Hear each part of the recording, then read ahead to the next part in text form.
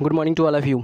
आज हम कोशिका का पार्ट क्या कहते हैं, एक महत्वपूर्ण पार्ट है, इंपॉर्टेंट पार्ट है, जिसको कहते हैं हम लोग E R reticulum. E R reticulum के बारे में आज हम चर्चा करने वाले हैं।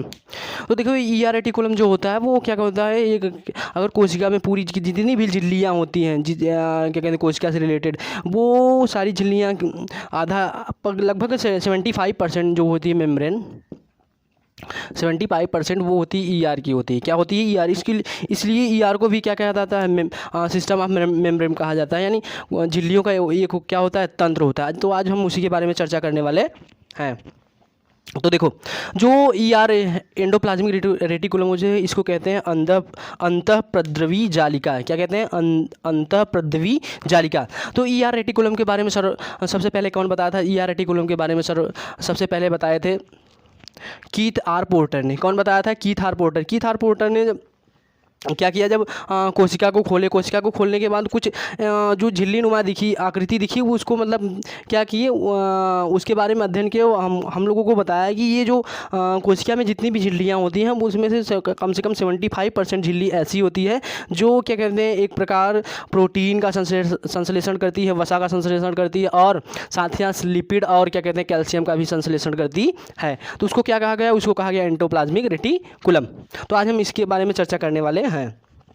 ये आप लोग सामने देखो, तो ये आपका न्यूक्लियस है। क्या है, न्यूक्लियस है। अब न्यूक्लियस से जो कनेक्टेड होता है, पहले कनेक्टेड होता है, वो होता है क्या कहते हैं, ये हो गया ई आर रेटिकुलम। ये जो पार्ट आप लोग देख रहे हो, ये यहाँ से लेकर यहाँ तक, ये क्या है, ये कौन सा पार्ट है, ये है E R reticulum. E R reticulum अब न्यूक्लियस से कनेक्टेड है, किससे कनेक्टेड है, न्यूक्लियस से। तो ई आर रेटिकुलम के कुछ पार्ट होते हैं जो बेसिक सा, जो दो महत्वपूर्ण पार्ट होते हैं, यानी जो दो टाइप्स होते हैं ई आर रेटिकुलम की, एक होते हैं स्मूथ, एक होता है रफ।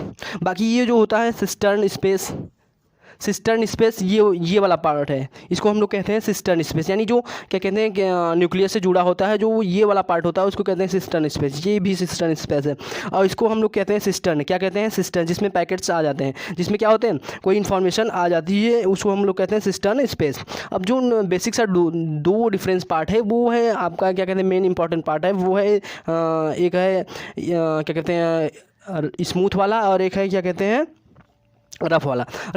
जो रफ़ पार्ट होता है, वो इसलिए रफ़ नहीं होता है कि इसमें प्रोटीन का निर्माण होता है, वो इसलिए रफ़ होता है क्योंकि उसमें राइबोसोम आके बैठ जाते हैं। राइबोसोम क्या करते हैं, आरएनए से आके उसमें बैठ जाते हैं। हालांकि क्या कहते हैं, जो मॉडिफिकेशन पैकेटिंग का कार्य होता है, वो कौन करता है, तो वो मॉडिफिकेशन पैकेटिंग और ट्रांसपोर्टेशन का कार्य कौन करता है, गोल्जी बॉडी करती है। लेकिन जब क्या कहते हैं, इसमें आरएनए से जो राइबोसोम आते हैं इसके पास, क्या कहते हैं रफ़ वाले पार्ट में जब आते हैं, तो ये क्या हो जाता है, खुरदुरा हो जाता है। हालांकि सभी ई आर के जितने भी क्या कहते हैं पार्ट होते हैं, वो स्मूथ ही होते हैं। क्या होते हैं, स्मूथ होते हैं। लेकिन जब ये वाला उसके जो छोटे छोटे अणु आके इस पे बैठ जाते हैं, ये क्या हो जाता है, खुरदुरा हो जाता है। तो इस कारण इस पार्ट को क्या कहा गया, खुरदुरा पार्ट कहा गया। अब स्मूथ कहने का मतलब ये, स्मूथ पार्ट पे जो होता है, वो लिपिड का निर्माण होता है और वसा का निर्माण होता है।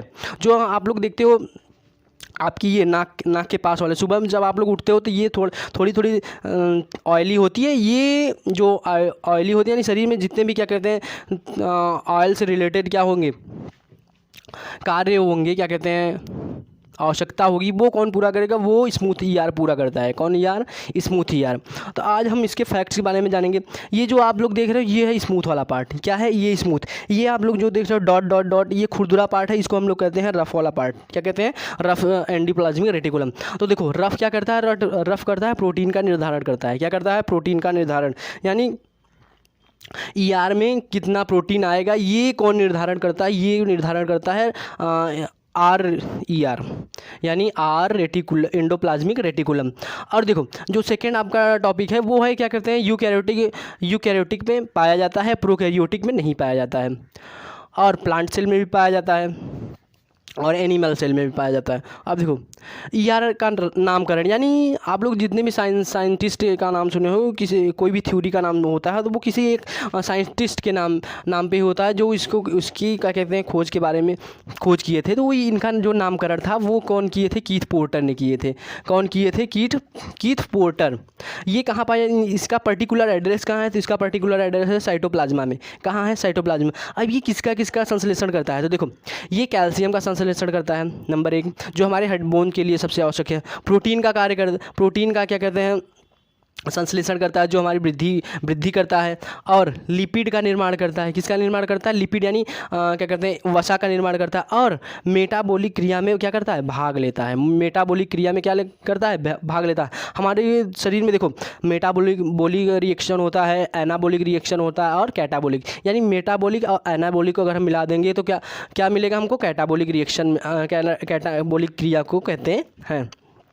अब देखो, जो आरएनए और ईआर का कनेक्शन होता है, यानी कनेक्टेड होने की प्रक्रिया होता है, वो किसके थ्रू होता है? तो वो होता है राइबोफ्लोरीन तथा ग्लाइकोप्रोटीन के द्वारा। किसके द्वारा? राइबोफ्लोरीन तथा ग्लाइकोप्रोटीन के द्वारा। ये क्या होते हैं? आपस में जुड़े रहते हैं। क्या होते हैं? आपस में जुड़े होते हैं। आरबीसी में ईआर नहीं पाया जाता। आरबीसी में क्या नहीं पाया जाता? आरबीसी में ईआर नहीं पाया जाता है। अब देखो, इसको क्या कहते हैं? सिस्टम ऑफ मेम्ब्रेन कहा जाता है, यानी पूरी कोशिका में जितना मेम्ब्रेन का सिस्टम हो वो किसका होता है? वो लगभग 75% किसका होता है? 75% होता है ईआर का। किसका होता है? ईआर का।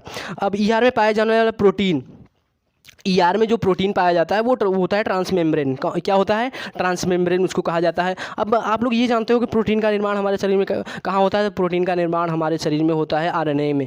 अब आरएनए से जो पैकेट्स आते हैं, यानी जो ये वाला राइबोसोम है इस पे बैठे, अब ये खुद वो क्या कहते हैं, प्रोटीन को मॉडिफाई करेगा। क्या करेगा? मॉडिफाई, कुछ अपने द्वारा संश्लेषित कुछ प्रोटीन को मिलाएगा, फिर उसको आगे प्रक्रिया के लिए किसके पास भेजेगा? तो आगे प्रक्रिया के लिए भेजेगा गोल्जी बॉडी। गोल्जी बॉडी क्या करता है? पैकेजिंग करता है। उसके बाद क्या करता है? ट्रांसपोर्टेशन करता है, मॉडिफिकेशन करता है। जो अगर उसमें से कुछ मिलाने लायक रहेगा मिलाएगा, नहीं तो उसको डायरेक्ट किस में भेज देगा? आगे पूरे बॉडी में क्या करेगा? ट्रांसपोर्ट कर देगा। तो आशा करते हैं आप सबको वीडियो अच्छी लगी हो तो मेरे चैनल इमोशन वाला को सब्सक्राइब करो, लाइक करो एंड शेयर करो। और इस प्रकार की वीडियो बनाने के लिए मुझे भी क्या मिलता है? मोटिवेशन मिलता है। Thank you.